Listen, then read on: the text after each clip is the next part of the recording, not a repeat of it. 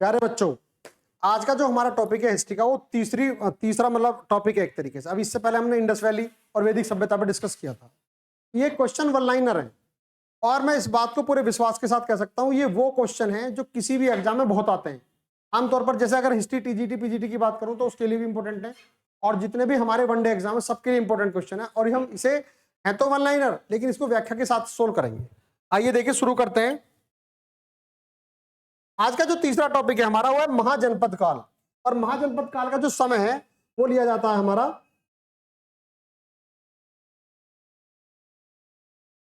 600 ईसा पूर्व से लेकर 300 ईसा पूर्व। सबसे पहले एक बात अच्छी तरह समझ लीजिए, ये ईसा पूर्व का कंसेप्ट क्या है। तो ईसा पूर्व का जो कंसेप्ट है, आपने देखा होगा जब हम महात्मा बुद्ध का जन्मदिन बताते हैं तो हम कहते हैं 563 बीसी। अगर हम अपने वेदों का समय बताते हैं तो हम बोलते हैं 1500 बीसी या 1000 बीसी। तो ये बीसी और एडी या हिंदी में कहेंगे ईसा पूर्व और ईस्वी का चक्कर क्या है।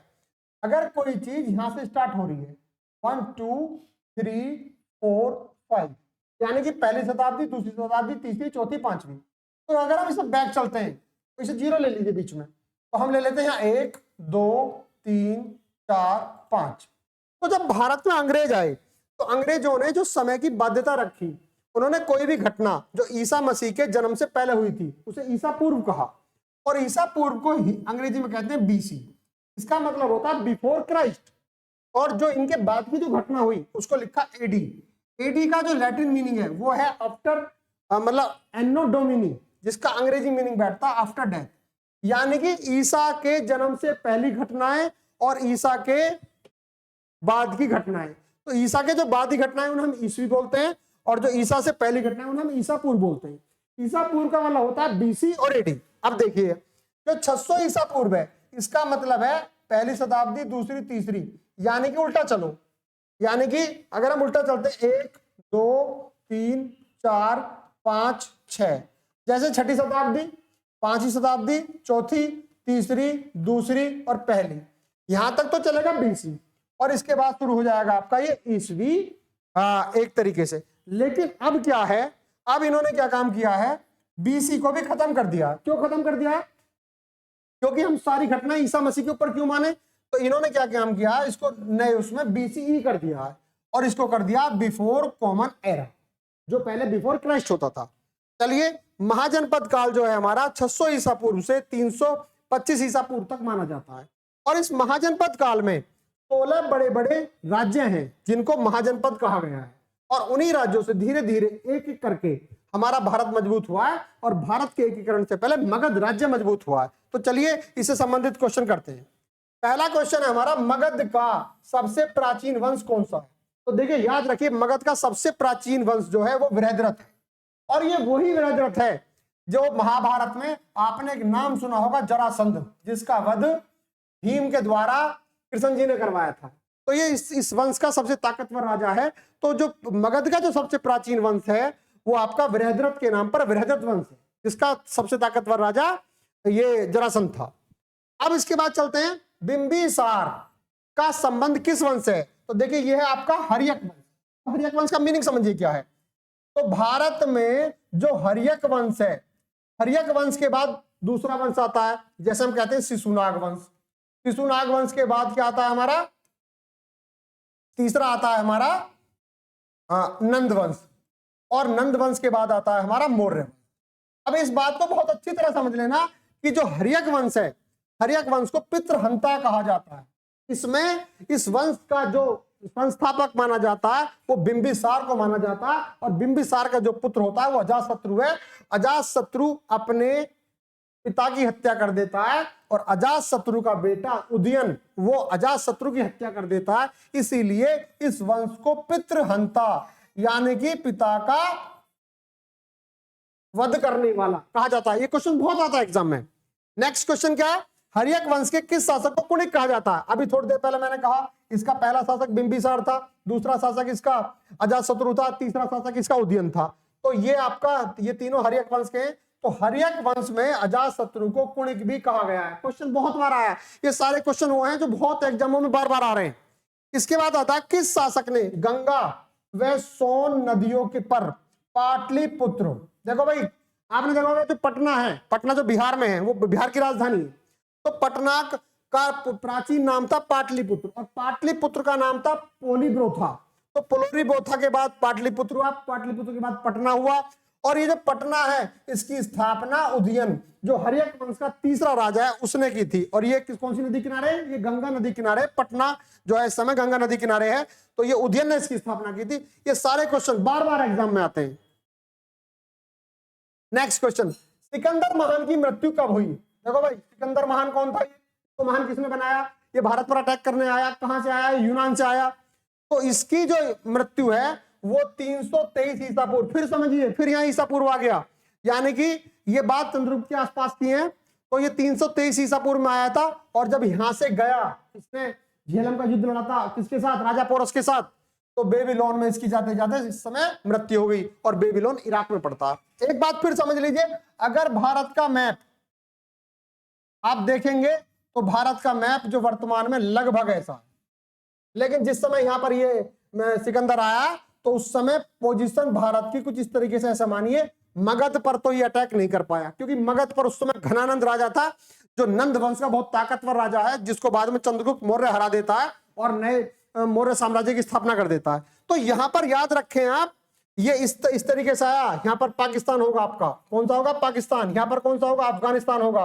और देखिए यहां पर ईरान होगा, ईरान।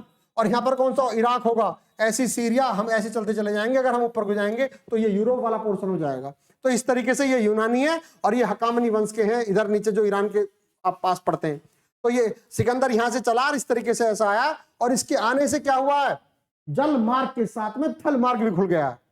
अब नेक्स्ट क्वेश्चन देखिए, याद रखना 326 ईसा पूर्व में इसकी मृत्यु हुई है। सिकंदर का मुख्य युद्ध किस नाम से जाना जाता है? देखो, युद्ध इसने बहुत सारे लड़े, और इसने कभी भी भारत के सबसे ताकतवर युद्ध राजा के साथ युद्ध नहीं करा। इसने जो भारत के सीमांत राज्य थे, फ्रंटियर राज्य थे, बॉर्डर वाले राज्य थे, उनके साथ युद्ध लड़ा।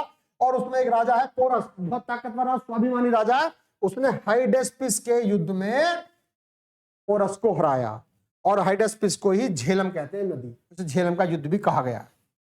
अच्छा, अब नेक्स्ट क्वेश्चन है, सिकंदर के युद्ध का क्या महत्व है?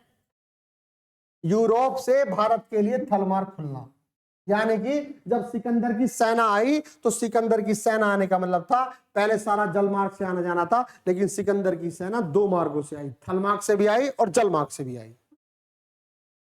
नेक्स्ट क्वेश्चन, प्रथम ईरानी शासक जिसने भारत के कुछ भाग को अपने अधीन कर लिया, वह कौन था? अब तो फिर समझ लीजिए, देखिए थोड़ा सा, ये वर्तमान भारत कुछ लगभग इस तरीके से है, और ये पाकिस्तान है, और ये अफगानिस्तान है, और यहां पर ये ईरान का साम्राज्य है, और इसे हम डेरियस राजा है, एक तरीके से यहाँ का राजा डेरियस है, और डेरियस अपने साम्राज्य को इस तरीके से बना लेता। तो ये भारत का जो कुछ प्रांत है वो एक तरीके से डेरियस के साम्राज्य का हिस्सा बन जाता है, भारत मतलब एक राज्य के रूप में। अब यहाँ कौन, किसने अगर क्वेश्चन आया वह कौन था जिसने कुछ भाग अपने अधीन कर लिया? डेरियस। नेक्स्ट क्वेश्चन है नंद वंश। अभी मैंने आपको बताया था पहला वंश कौन सा था? हर्यक। दूसरा वंश कौन सा था? शिशुनाग। तीसरा वंश कौन सा? नंद वंश। और नंद वंश का सबसे ताकतवर राजा या लास्ट राजा, अंतिम राजा कौन है? घनानंद। और इस घनानंद जिस वंश का राजा है उसका राजा महापद्मनंद, जो इसका संस्थापक है, जो बड़ा राजा है, इसने क्षत्रिय कुल का काफी नाश किया था, काफी महाजनपदों में अपनी धाक बनाई थी। लेकिन घनानंद को कौन हरा देता है? चंद्रगुप्त मौर्य। किसकी सहायता से हरा देता है? चाणक्य की सहायता से। अब नेक्स्ट क्वेश्चन आता, भारत में मुद्रा का प्रचलन कब हुआ? यानी कि मुद्रा का प्रचलन से मतलब सिक्के कब तैयार हुए, या उससे पहले हमारा विनिमय का साधन क्या था? आर्य काल में तो आप जानते हो कि गाय थी, या अनाज के बदले अनाज, गेहूं के बदले या जौ के बदले, इस तरीके से हम बार्टर सिस्टम था। लेकिन 600 ईसा पूर्व में यहां पर एक तरीके से मुद्रा बन गई, यानी कि उसके बदले हम कुछ भी खरीद सकते हैं। नेक्स्ट क्वेश्चन है, किस शासक ने अवंती को जीतकर, किसको जीतकर? अवंती को जीतकर अपने राज्य का हिस्सा बना दिया? शिशुनाग। एक बात फिर समझ लीजिए, भारत का जो एकीकरण शुरुआत हुई है, भारत के एकीकरण की शुरुआत कहां से हुई है? देखो, ये जो मगध है ना, मगध जो वर्तमान का बिहार, एमपी, थोड़ा सा उत्तर प्रदेश, इनका मिला के पड़ता, इसके राजा ताकतवर हुए। यानी कि पहले कौन सा वंश? पहले आपका अभी थोड़े पहले डिस्कस हुआ था बृहद्रथ वंश। उसके बाद कौन सा आया? आपने देखा कि पितृहंता यानी कि हर्यक वंश। हर्यक वंश के बाद कौन आया? नंद वंश। नंद वंश के बाद कौन आया? मौर्य वंश। धीरे धीरे पूरे भारत का एकीकरण और ये जो आपका था अशोक के काल में पूरे भारत का एकीकरण होगा एक तरीके से। और भारत का एकीकरण कितनी बार हुआ और कितनी बार टुकड़ों में बटा है। नेक्स्ट क्वेश्चन, 6वीं सदी में भारत का सबसे शक्तिशाली राज्य है, देखिए वही मगध है, इसी मगध से भारत की शुरुआत हुई है। किस शासक को सेनिया यानी कि नियमित व स्थायी सेना रखने वाला, यानी पहली बार जिसने नियमित सेना रखी वो प्राचीन काल में, वो कौन है? बिंबिसार।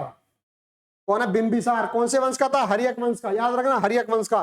गृहपति शब्द का जो प्रयोग होता है किसके लिए होता है? धनी किसान के लिए गृहपति का इस्तेमाल हुआ। ट्रम है, ट्रम से याद रखना।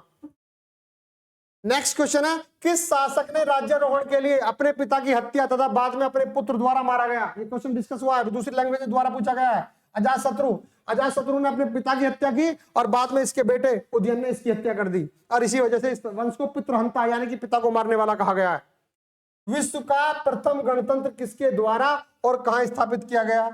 वैशाली में किया गया। अब समझना क्या क्वेश्चन कह रहा है। विश्व का प्रथम गणतंत्र का मतलब रिपब्लिक। रिपब्लिक का मतलब है जो स्टेट हेड है, जो राज्य का हेड है, जो देश का हेड है, वो कहीं ना कहीं चुना जाए, यानी कि वो राज्य पर कब्जा ना कर रहा हो, वो एक तरीके से लोगों की मर्जी चुना जाए वो।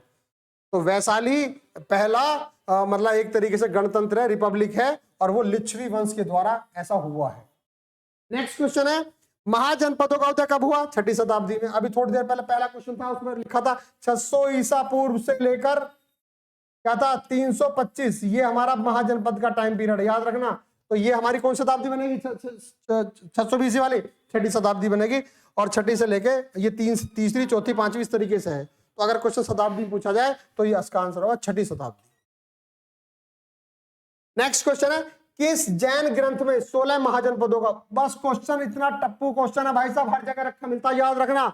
बौद्धों का एक ग्रंथ है अंगुत्तर निकाय, जिसमें इनकी जानकारी मिलती है। क्वेश्चन ऐसा आता है, किस बौद्ध ग्रंथ में ये पता चलता है कि 16 महाजनपद थे? दूसरा क्वेश्चन आता है, किस जैन ग्रंथ में ये पता चलता है कि 16 महाजनपद थे? तो आंसर क्या है? भगवती सूत्र। तो जैन ग्रंथ तो कौन सा? भगवती सूत्र। और जो बौद्ध ग्रंथ कौन सा? अंगुत्तर निकाय, जिसके बारे में 16 महाजनपदों के बारे में जानकारी मिलती है। नेक्स्ट क्वेश्चन, भारत में पहला यूरोपीय आक्रमण किसके द्वारा किया गया? तो भैया पहला आक्रमण किया गया यूनानियों के द्वारा, याद रखना। अब यूरोप है तो यूनान, जो इजिप्ट वाला एरिया जो यूरोप में पड़ता है, तो वहां के जो लोग पहली बार आ रहे हैं अटैक करने, तो इसलिए पहला अटैक यूनानियों के द्वारा यूरोपियन में। किस शासक को उग्रसेन कहा जाता है? ये महापद्म नंद। ये वही है जो नंद वंश का पहला राजा है, जिसने मगध के साम्राज्य को कब्जा गया। इसको दासी पुत्र भी कहा जाता था, और ये बड़ा ताकतवर राजा था। इसी वंश का अंतिम राजा घनानंद है। नेक्स्ट क्वेश्चन, सिकंदर के साथ भारत आने वाला इतिहासकार। देखिए सिकंदर कहां से आया? यूनान से आया, और आने के बाद दुनिया भर के अटैक किए उसने, और वो सिकंदर महान कहलाया। और उसके साथ आने वाला इतिहासकार भी महान बन गया, यानी कि इतिहास का पिता बन गया। अगर क्वेश्चन आता है इतिहास का पिता कौन है, तो आंसर आता है हेरोडोटस। नेक्स्ट क्वेश्चन, काशी और लिच्छवी का विलय मगध साम्राज्य में किसने?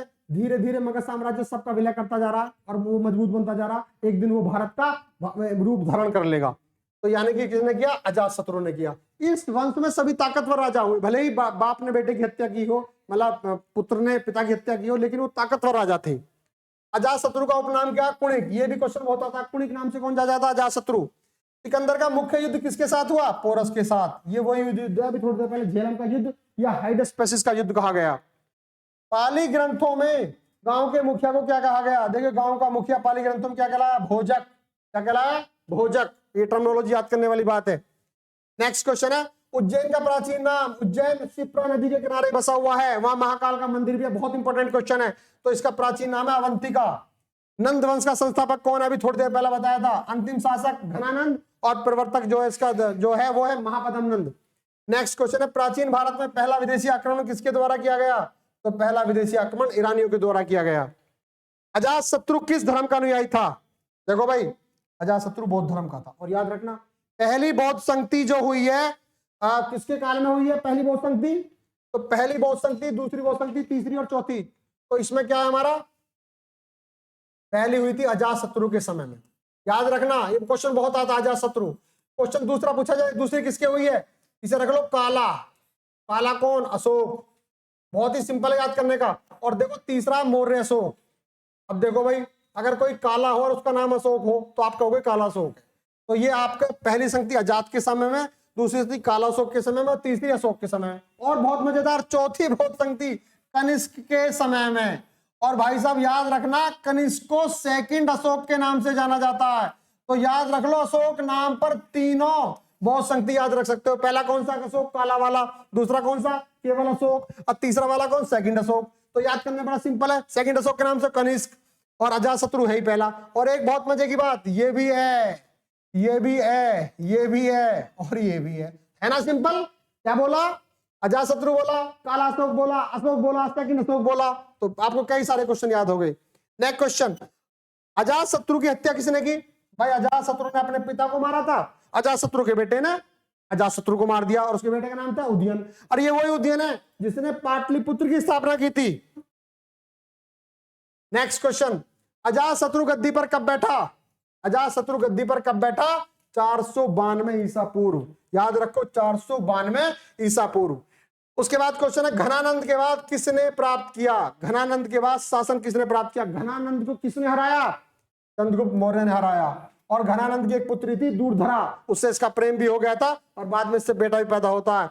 और ये फिर चंद्रगुप्त मौर्य साम्राज्य का संस्थापक भी बना, और इसने मगध साम्राज्य को बढ़ाकर एक तरीके से अखंड भारत की के निर्माण की बात कर दी चाणक्य की वजह से। और इसके पौत्र यानी कि अशोक, बिंदुसार के लड़के ने पूरे भारत को एक कर दिया, और एक प्राचीन काल में सबसे बड़ा साम्राज्य अशोक का कहलाया। प्यारे बच्चों, याद करिए, बार बार रिवाइज करिए, पूरी एनर्जी के साथ पढ़िए, 100% फायदा मिलेगा, 100% निश्चित सिलेक्शन होगा। धन्यवाद।